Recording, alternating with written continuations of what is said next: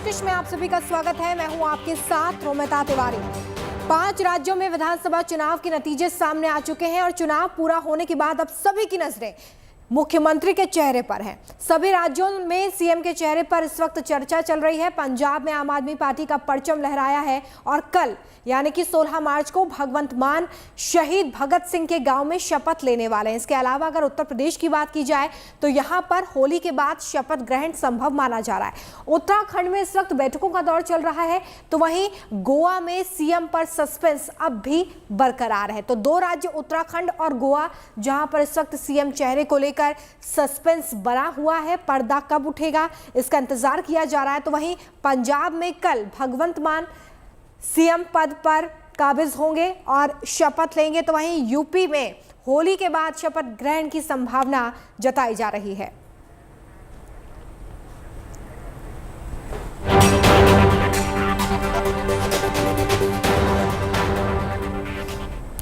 तो पंजाब में कल भगवंत मान पंजाब के मुख्यमंत्री के तौर पर शपथ लेंगे। आम आदमी पार्टी ने इसे भव्य बनाने की पूरी तैयारी कर ली है। आपको बता दें कि शहीद भगत सिंह के गांव खटकर कलां में भगवंत मान सीएम पद की शपथ लेने वाले हैं।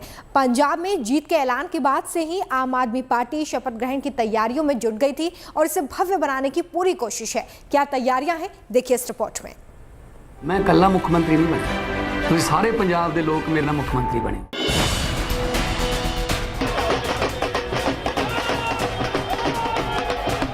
पंजाब के लिए 16 मार्च का दिन खास है और आम आदमी पार्टी के लिए भी, क्योंकि इस दिन भगवंत मान पंजाब के सीएम पद की शपथ लेने वाले हैं। इसी तारीख को यादगार बनाने के लिए आम आदमी पार्टी ने शहीद भगत सिंह के गांव खटकर कलां को चुना है। आम आदमी पार्टी की सरकार शहीद आजम की मिट्टी को माथे पर लगाकर अपने नए सियासी सफर का आगाज करेगी।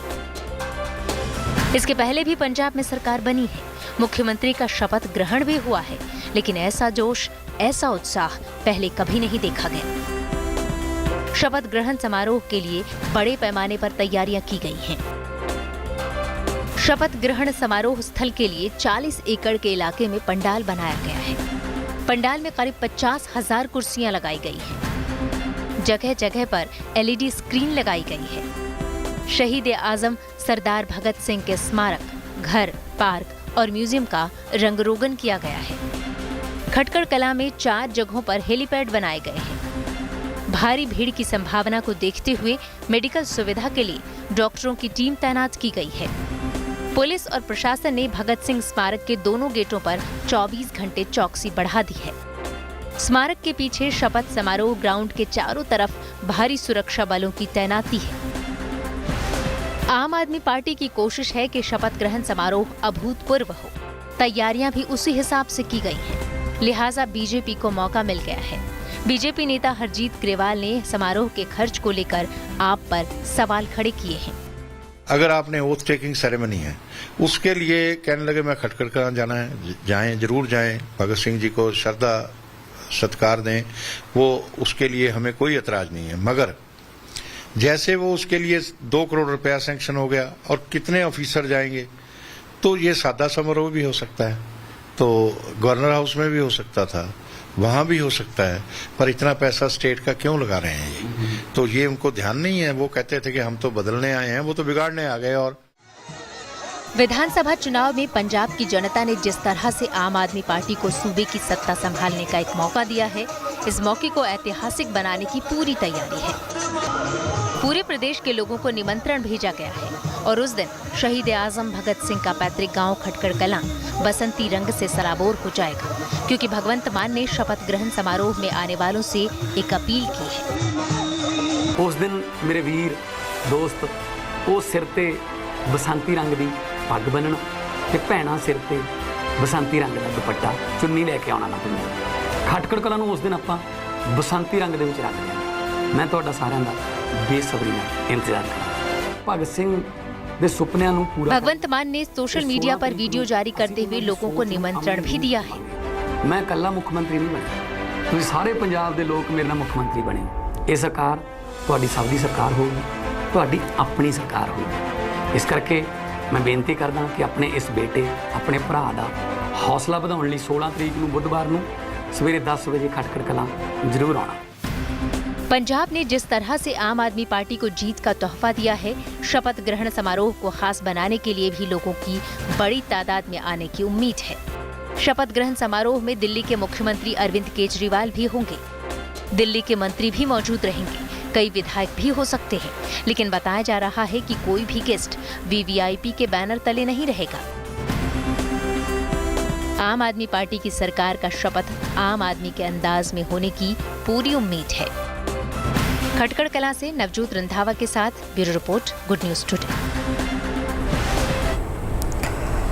कल यानी कि 16 मार्च को भगवंत मान दोपहर 12:30 बजे शहीद भगत सिंह के पैतृक गांव में पंजाब के 17वें मुख्यमंत्री के रूप में शपथ लेंगे। समारोह की तैयारियों को लेकर जिले और प्रदेश का अमला पिछले कई दिनों से गांव में ही मौजूद है। समारोह में पूरे प्रदेश से लोग पहुंचेंगे, जिनके स्वागत के लिए खटखड़ कलां गांव को सजाया गया है। भगत सिंह के स्मारक को एक नए सिरे से सजाया गया है, इसकी रंगाई पुताई की गई है, लिहाजा गांव में जश्न और उत्सव का माहौल है। जिस गांव में पंजाब के नए मुख्यमंत्री शपथ लेने वाले हैं, वहां के लोगों की नए सरकार से क्या उम्मीदें हैं, क्या मुद्दे हैं, ये जानने की हमने कोशिश की है। देखिए। शपथ ग्रहण की तैयारियां हो रही हैं। गांव खटखड़ कलां में मैं इस वक्त मौजूद हूं। इस गांव की एक खासियत मैं आपको बता देती हूं कि गांव बेहद खूबसूरत है। गांव की गलियों में आपको ऐसे छोटे छोटे से हर गली में दीवारों पर भगत सिंह के इतिहास को दर्शाते, उनके परिवार के इतिहास को दर्शाते, आज़ादी को दर्शाते कुछ कुछ छोटी छोटी पेंटिंग्स वगैरह यहाँ पर आपको दिख जाएंगी। एक और चीज़ इस गाँव की जो मैं आपको बता दूँ, यहाँ पर ज़्यादातर घर 50 to 60% घर जो हैं बहुत बड़े बड़े मकान हैं, लेकिन ताले लगे हुए हैं क्योंकि ज़्यादातर लोग विदेशों में रहते हैं। आपको याद होगा पलायन सबसे बड़ा मुद्दा था।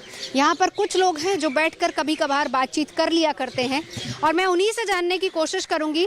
सबसे पहली बात तो मैं आपसे जानना चाहूँगी, भगवंत मान यहाँ पर आ रहे हैं, कैसा लग रहा है? वो उनका शपथ ग्रहण यहाँ पर हो रहा है, इस बार राजभवन नहीं, इस बार भगत सिंह के गाँव में होगा। अच्छा लग रहा है जी, स्वागत है उनका। गाँव में आए हैं, हमारी इम्पोर्टेंस बढ़ाई है तो अच्छा है, होना भी चाहिए था, क्योंकि जो ये डेमोक्रेसी है ये शहीद भगत सिंह के सपनों के वजह से ही हुई है। जो उन्होंने नींव रखी थी तो वो अभी ठीक है, कोई ना कोई तो पूरा कर रहा है, आ रहा है। मोस्ट वेलकम जी। आपको खुशी है? बहुत ही खुशी है, बहुत ही, पूरे गांव को हमें अकेले। यूथ रिप्रेजेंट करता है भगत सिंह को, तो यूथ में कितना उत्साह है? आप लोग कितने खुश हैं? बहुत ज़्यादा खुशी है हमें। वो उन्होंने हमारे गांव को चुना है शपथ ग्रहण करने के लिए। वो उनको भगत सिंह को अपना रोल मॉडल मानते हैं। तो पहले भी जो जीते थे एज ए MP, पहले भी आए थे, इधर शपथ ग्रहण की थी। अभी ऑफिशियल तौर पे ऐतिहासिक है। पहले ये राजभवन में होता था, गवर्नर हाउस पे होता था। लेकिन इस बार परंपरा बदली। हाँ, इस बार इतिहास सिरजा है उन्होंने, नए सिरे से शुरुआत की है। भगत सिंह के आगे उनके जद्दी गांव पे ये शपथ ग्रहण करके इधर से शुरुआत करेंगे उनके सपनों को पूरा करने की, जो भगत। चलिए देखिए, लेकिन एक चीज़ जो मैंने इस गांव में देखी है, मैं आपके पास आऊंगी। यहाँ पर आधे से ज़्यादा घर तो बड़े खूबसूरत है, लेकिन सब में ताले लगे हुए हैं। पलायन बहुत बड़ा इशू था। क्या वजह है कि यहाँ पर लोग नहीं हैं, लोग विदेशों में? ये मेरा घर है, इसमें भी ताला लगा हुआ था। मैं अमेरिका रहता हूँ। हाँ। तो हम आम आदमी पार्टी के साथ जुड़े हैं 10 साल से। अच्छा। तो पहले भी आए थे पिछले इलेक्शन में। हाँ। तो इस बार जो भगवंत मान है उसकी पार्टी जीत गई है। तो हमें बहुत उम्मीद है कि वो अच्छे काम करेंगे। अच्छे काम करेंगे, लेकिन देखिए एक और वायदा उन्होंने किया है कि हम पंजाब को कनाडा बना देंगे। आपको ऐसी उम्मीदें लगती हैं? हाँ, जैसे वो दिल्ली में काम कर रहे हैं, कुछ भी हो सकता है। हमारे देश में बहुत सोर्सेस हैं जो ये कह रहे हैं कि हम पंजाब को कनाडा बना देंगे। आपको उम्मीद है? इंफ्रास्ट्रक्चर ले आए, कनाडा बना दे। इंफ्रास्ट्रक्चर जो है वो कनाडा जैसा होना चाहिए, वहाँ जैसी जॉब भी यहाँ होनी चाहिए। हमें वो नहीं चाहिए पानी वाली बस, हमें नौकरी चाहिए कि बंदे यहीं पे रहें।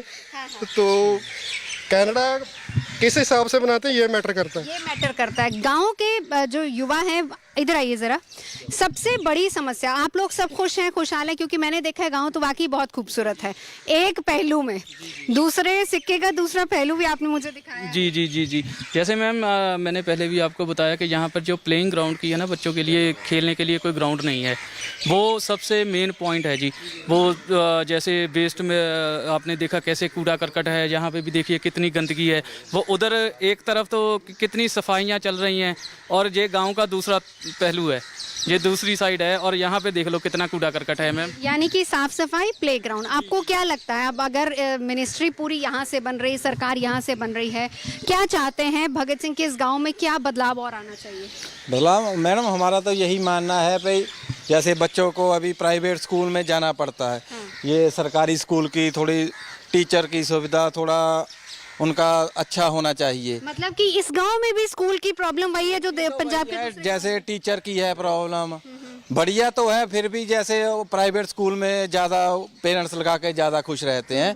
ये सरकार आएगी तो थोड़ा कुछ आस है भाई। आम आदमी पार्टी ने दिल्ली के स्कूलों को बहुत अच्छा बना दिया है और वही मॉडल वो कह रहे हैं यहाँ पर लाएंगे। अभी देखते हैं मैडम क्या करते हैं, अभी तो नए नए आए हैं, अभी देखते हैं क्या करते हैं। मान कल आ रहे हैं यहाँ पर, शपथ ले रहे हैं, आप खुश हैं? हाँ सही है, हमारे गांव का नाम हुआ है पूरे पंजाब में, बहुत खुशी हुई है इस बात के लेके। खुशियां हैं, तैयारियां हो रही हैं, लेकिन देखिए इन तैयारियों के बीच में उम्मीदें बरकरार हैं और ये भी है कि देखिए पंजाब की जनता की नज़र भी है, क्योंकि अकाली और कांग्रेस दोनों को देख चुके हैं, अब उनको हराया है। बदलाव की सियासत का प्रॉमिस आम आदमी पार्टी करके आई है। अगर बदलाव आता है तो ये बात आम आदमी पार्टी के लिए, भगवंत मान के लिए सबसे बड़ा चैलेंज है कि जनता की नज़र उनकी कलम पर और उनके काम पर है।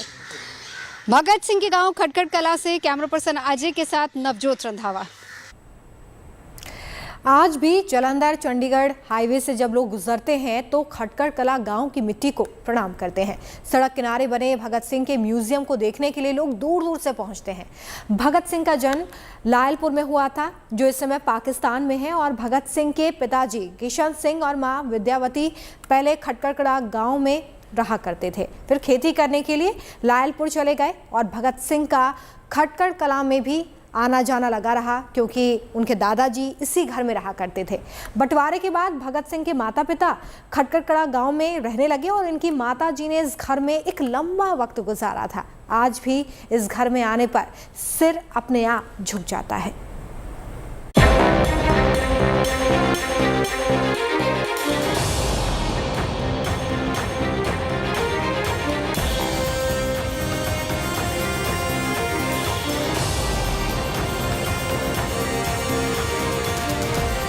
जब आप आएंगे तो यहाँ पर बाकायदा एक नोटिस है और इस नोटिस पर आपको सारी चीजें मिलेगी। यह स्मारक पंजाब सरकार के प्राचीन तथा ऐतिहासिक स्मारकों और पुरातत्व स्थानों तथा अवशेषों से संबंधित सन और उसके बाद यहाँ पर डेट लिखी हुई है।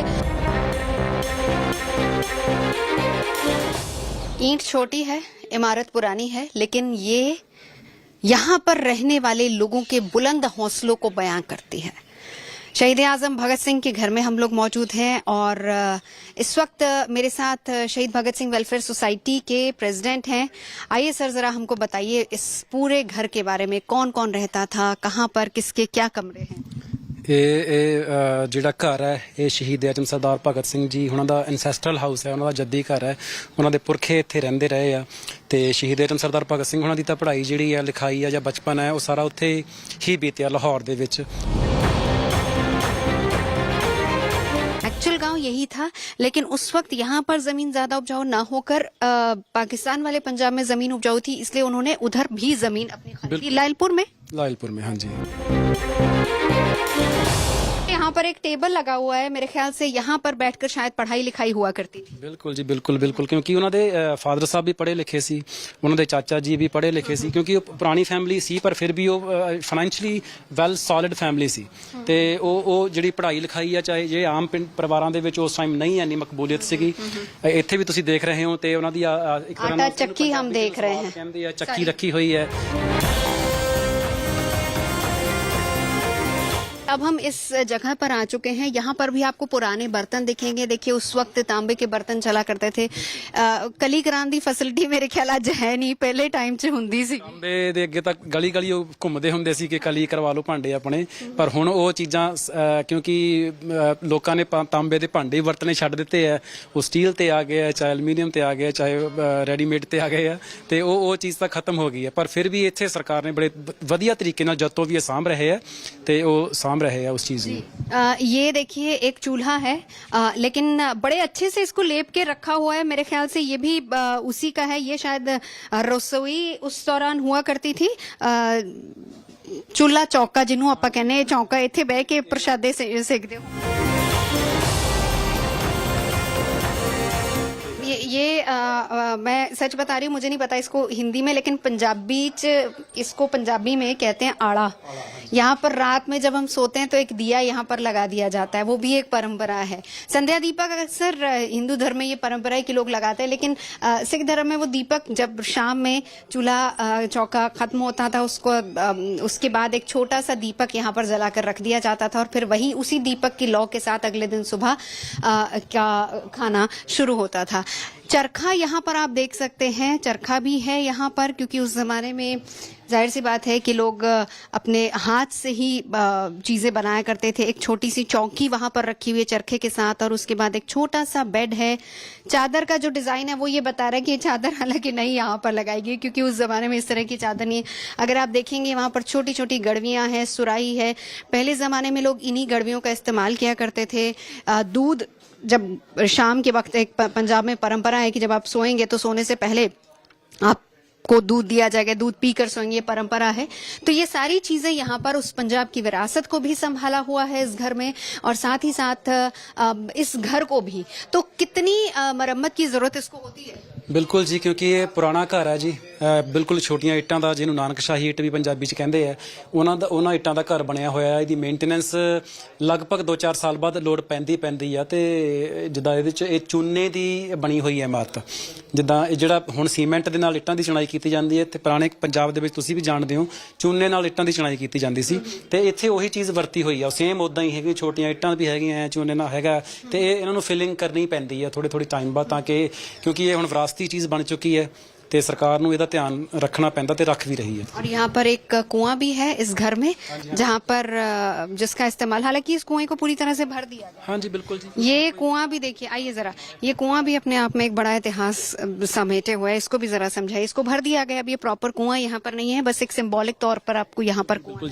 जे सिर्फ एक सिंबॉलिक ही हैगा आ, क्योंकि जदों ਉਦੋਂ ਤਾਂ ਇਹਦਾ ਖਿਆਲ ਰੱਖਿਆ ਜਾਂਦਾ ਸੀ ਕਰਕੇ ਬੱਚੇ ਵਗੈਰਾ ਕੋਈ ਇੱਥੇ ਕੁਝ ਮਿਸ ਹੈਪਨਿੰਗ ਨਾ ਹੋ ਜਾਵੇ, ਕੁਝ ਦੁਰਘਟਨਾ ਨਾ ਹੋ ਜਾਵੇ, ਕਿਉਂਕਿ ਫਿਰ ਇੱਥੇ ਕੋਈ ਪੱਕੀ ਫੈਮਿਲੀ ਨਹੀਂ ਰਹਿੰਦੀ ਹੈਗੀ, ਇਸ ਕਰਕੇ ਫਿਰ ਉਹਨੂੰ भर दिता गया है। ऐसी बात है, क्योंकि लोग यहाँ पर आते हैं इसको देखने के लिए, तो फिर कुछ भी हादसा हो सकता है, तो इसको भर दिया गया, लेकिन सिंबॉलिक तौर पर इसको यहाँ पर अभी भी रखा गया है। और पंजाब के बाद अब बात यूपी की करते हैं। यूपी में बड़ी जीत के बाद कार्यवाहक सीएम योगी आदित्यनाथ दिल्ली में बड़े नेताओं से मुलाकात कर चुके हैं और प्रधानमंत्री के साथ एक लंबी बातचीत भी हुई है, जिसके बाद अब वो लखनऊ लौट आए हैं। जनता से किए वादों को पूरा करने के लिए एक्शन में नजर आ रहे हैं योगी आदित्यनाथ। माना यह जा रहा है कि वादों पर खरा उतरने की शुरुआत होली में मुफ्त गैस सिलेंडर देने से ही हो सकती है। इसके अलावा भी कई बड़े फैसले योगी आदित्यनाथ ले सकते हैं।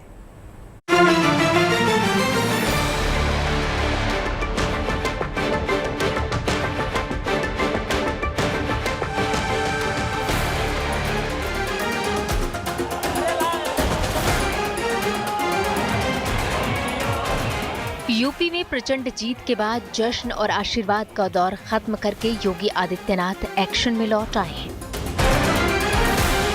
2 दिन दिल्ली में बड़े नेताओं से मुलाकात के बाद लखनऊ पहुंचते ही उन्होंने अपने आधिकारिक आवास पर बैठक बुलाई। इस बैठक में उप मुख्यमंत्री केशव प्रसाद मौर्य और दिनेश शर्मा के अलावा बीजेपी के प्रदेश अध्यक्ष स्वतंत्र देव सिंह, यूपी के पार्टी संगठन प्रभारी राधा मोहन सिंह और पार्टी के वरिष्ठ नेता सुनील बंसल पहुंचे थे।